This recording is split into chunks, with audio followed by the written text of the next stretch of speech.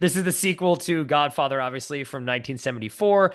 The plot summary: the early life and career of Vito Corleone in the 1920s New York City is portrayed, while his son Michael expands and tightens his grip on the family crime syndicate. Co-written by Ford Coppola, obviously directed by him. Al Pacino, Robert De Niro, Robert Duvall, John Cazale, and Diane Keaton star. So, just to continue the conversation we were having, I agree with everything you said about Godfather 1.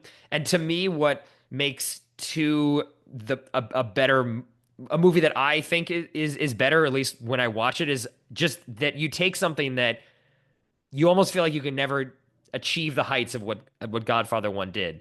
And what Coppola then does in this movie is not rest on his laurels and kind of give you a part 2 that you would expect. But I Hmm. think the real innovation here of pulling in the backstory Yeah. of Marlon Brando's character, Vito, from the first movie and intercutting it into the story of how Michael now really goes to the dark side and becomes just an absolute demon by the end of this movie is what is so innovative and fascinating and just elevates this work to me even more because of that parallel father-son story is Hmm. just it's so what an incredible idea and device. I mean, maybe he didn't necessarily think of this, but he definitely popularized this format of cutting back and forth between the past and the present that cribbed on now like in TV shows and movies, and it's a classic formula, but it's not something anyone ever would expect it to be done with this, and to make it a sequel, which at the time was not something that you would normally do, especially with a drama. Like there wasn't this ethos there is now in modern Hollywood of like, oh, we got to make everything, we have to give out 14 of Hmm. these, and did not make it feel cheap.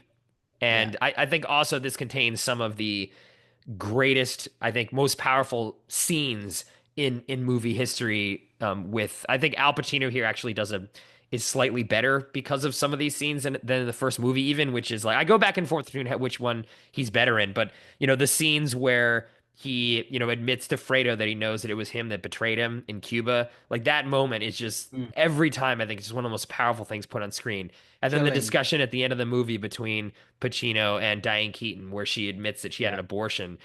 And the acting in his face when she's telling him this and how he processes it is, I think, just absolutely stunning. And those two scenes too are just so powerful and just incredible and knock me over every time. Every time I see this movie, even though again, I know that they're coming, but I'm almost like waiting for those moments because I don't think you can get drama done in that way in cinema. I think those are the two best examples to me of like what drama is and what it can be. So I'll have more to say, but I'll pause there in terms of your Godfather 2 thoughts. I mean, obviously, it's always a tough choice between between these two. I just always tend to fall on the side of Godfather 2. Yeah, that is the popular answer. And I see it, right? Like I said up front, I could Yeah, pick this one or the other one yeah, depending on, what mood I am in. But yeah, everything you said, right? That this could have not gone well. And the fact that he upset in this way is never really been done in this fashion even since. I don't think there are that many sequels that sort of up the ante and no, yeah. probably are better than the first one. Think this is the only This example is the in only my example. mind. I mean, some people say Empire Strikes Back, but I Right. think this is the truer debate in my mind of Yeah. Godfather 1 versus Godfather 2. And I don't think there's a wrong answer, honestly. It's There's no just kind wrong of answer. fun, except Godfather 3 would be the wrong answer. But Right. it's kind of fun to talk about these two movies because they are just so Yeah. totemic. And the other thing I just also think this movie just works for me a lot more is that not only is it just the American story, which the first one was a lot about America, but this is more about the immigrant story, which is Right. obviously also woven into America too. But I love sort of I think this is one of the best sort of depictions of that, where you leave your home country and all the troubles behind. He's completely new, literally a new name he gets when he comes in through Ellis Island because I think his last they just given the last name of Corleone because that's where he's from. And he just builds his own life completely on his own. I mean, yes, it's a criminal empire, so but it is he makes his way on his own and creates all this success in America by leaving behind all of these troubles that he had in back in Italy. And I love the scene too where he comes back and gets his revenge on the guy that killed his family. I Oh always my find that gosh. Yeah. that really powerful too. And a big shout out to De Niro in this. I think Yeah.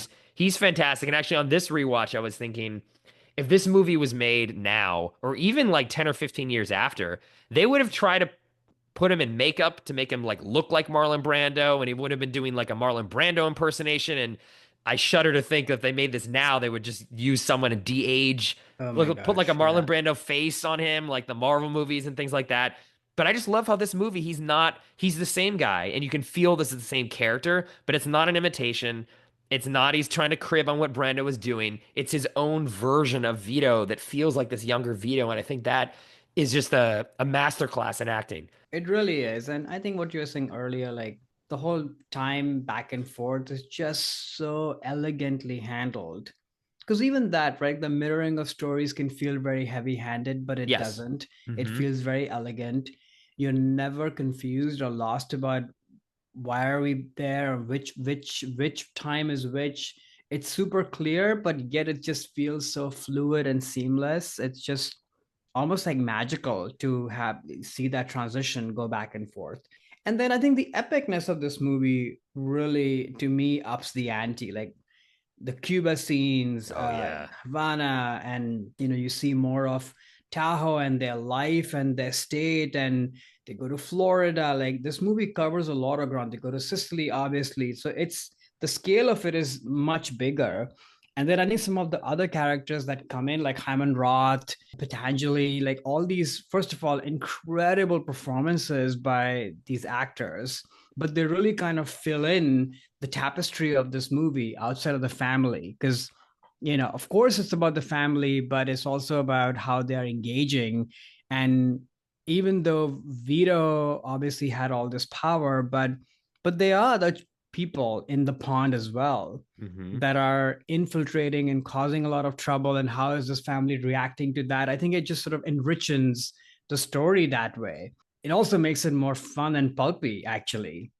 Some Oh, of these absolutely. interactions Yeah. just kind of really fun to watch always. And even though those scenes are coming, like you said, you are sort of, you wait, with bated breath of like, oh, Hmm. how is this going to pan out?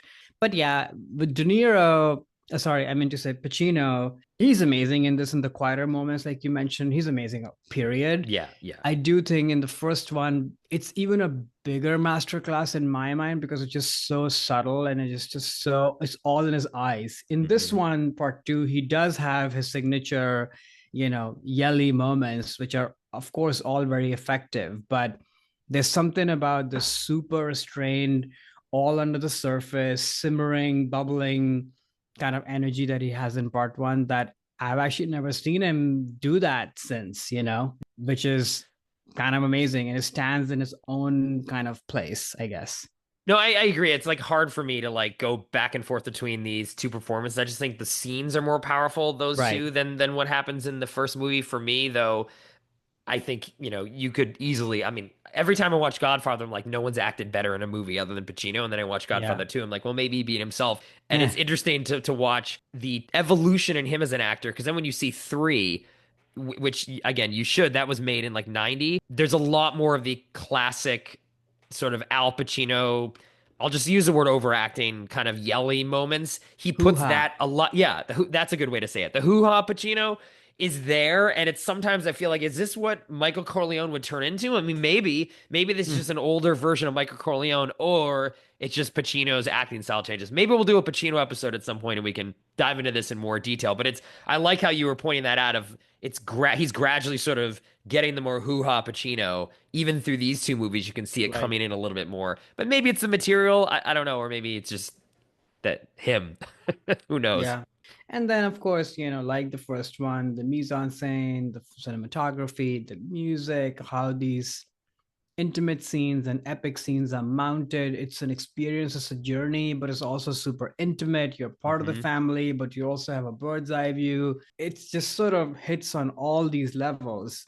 It's amazing. Yeah, it is. I mean, I think it's again, like you said, covering movies like this, it's hard to add anything else, but at the same time, you have to, recognize that these are some of the most amazing movies, period, and that they Yeah. will go And down in history timeless. and absolutely timeless. Keep delivering, keep beating their own hype, which Yeah. again, I'm just sort of in awe of that. Yeah, Yeah. every time I see them, I like them more. I see other Yeah. things in them, and I appreciate the Yeah. what was done, and it never gets diminished and only gets increased, which is Yeah. something it's rare. Few movies will do that, and these are definitely two of them. Hi there, it's Alex. If you like the review and discussion Karan and I just had, make sure you subscribe to our channel, Movies That Shaped Us, to get full episodes. Every other Wednesday, Karan and I review a new release and then discuss 6 other movies made by that film's actor or director and how they shaped us. Subscribe right now or follow our podcast on Spotify or Apple Podcasts via the link in the description below. Hope you join us for the journey.